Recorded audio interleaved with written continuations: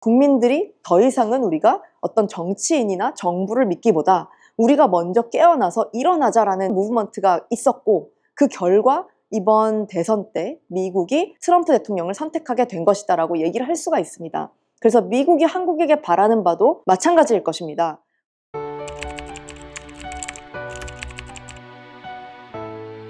네, 안녕하십니까. 저는 빌드업 코리아라는 무브먼트를 이끌고 있는 김민아라고 합니다. 그리고 유튜브 채널로서는 이제 엠킴TV로 알려져서 미국 정치 소식을, 진실된 소식을 이제 구독자분들께 전해드리는 그런 역할들을 하고 있습니다.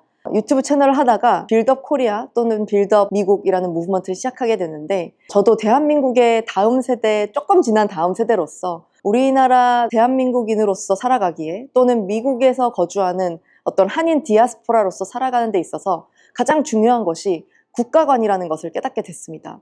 그것은 우리가 신앙을 가지는 것만큼이나 중요한 부분이고요. 하나님께서 우리를 어디다 두셨는지, 그리고 우리가 있는 이 조국과 나라의 아버지는 누구인지, 그 정체성을 제대로 아는 것을 통해서 우리가 지금 누리고 있는 이 자유라는 것에 대한 가치를 제대로 확립하게 된다는 것을 알게 됐습니다. 그래서 동일하게 그 국가관과 세계관을 기독교적 관점에서 다음 세대에게 깨우쳐주는 역할을 하기 위해서 지금 미국에 와 있고요. 그리고 한국에서도 매년 빌드업 코리아라는 컨퍼런스를 통해서 그런 교육적인 무브먼트들을 진행하고 있습니다. 그 일환으로 이번에 아메리카 페스트라고 하는 미국의 크리스천 청년 보수 행사에 15명의 한인 청년들과 함께 다녀왔습니다. 그곳에서 저희가 주로 했던 역할은요, 지금 대한민국이 굉장히 혼란스러운 시기 가운데 있는데 우리가 바로 깨어있는 역사관과 국가관을 가지고 지금 대한민국에서 일어나는 일들이 왜 중요한지, 그리고 미국인들이, 그리고 차기 미국 트럼프 행정부 인사들이 그 부분에 대해서 어떻게 자세히 알아야 하고 그것이 왜 중요한지에 대해서 저희 청년들이 가서 전하는 역할을 했습니다.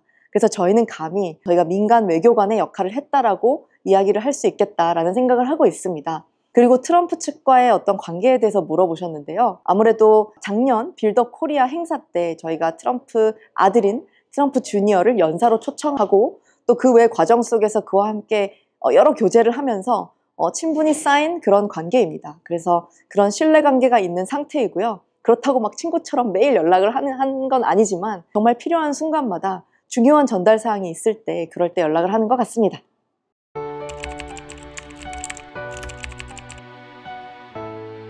네, 사실은 저의 노력으로 이것이 변화됐다라고 말씀드리기에는 너무 조심스러운 부분들이 있기는 합니다.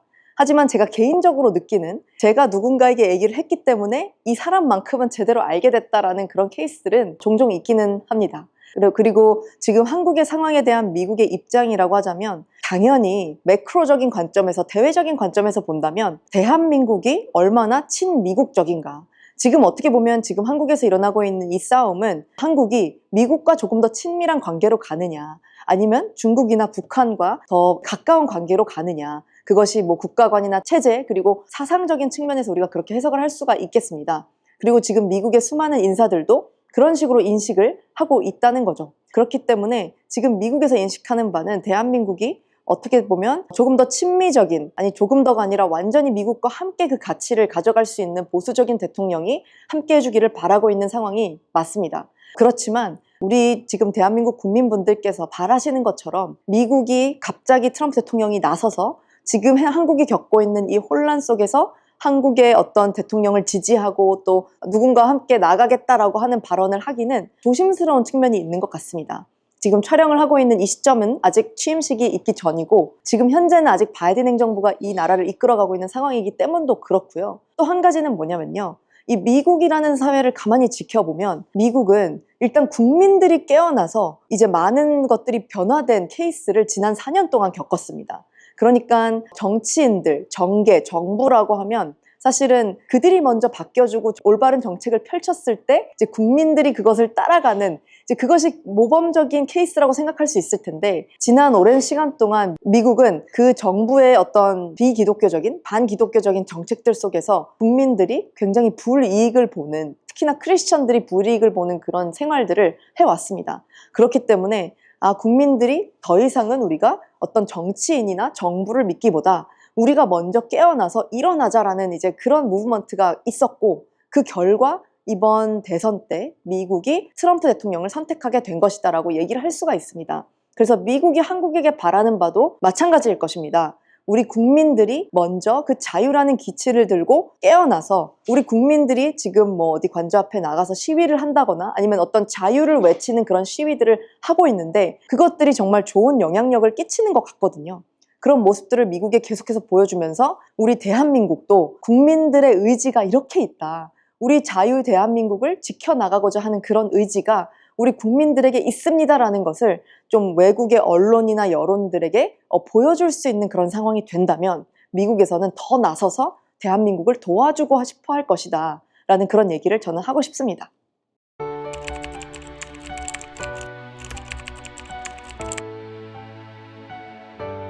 사실 미국의 부정선거라고 하면 한국에서 느껴지는 그 부정선거라는 단어의 의미보다 훨씬 더 국민들에게는 실제적인 부정선거입니다. 그 이유는 뭐냐면요. 사실 우리가 잘 알다시피 뭐 CNN, 뉴욕타임스, 한국 사람들이 대부분 바라보는 미국의 언론사들은 그 부정선거라는 것에 대해서 단 한 번도 제대로 보도한 적이 없습니다. 근데 그 생태계가 그럴 것이 미국의 98%의 주류 미디어는 굉장히 좌편향되어 있습니다. 그리고 여러분들이 아시다시피 좌편향된 미디어는 반기독교적인 정책들을 지지하고 반국가적인 정책들을 지지하는 것이 보편적이어져 왔습니다.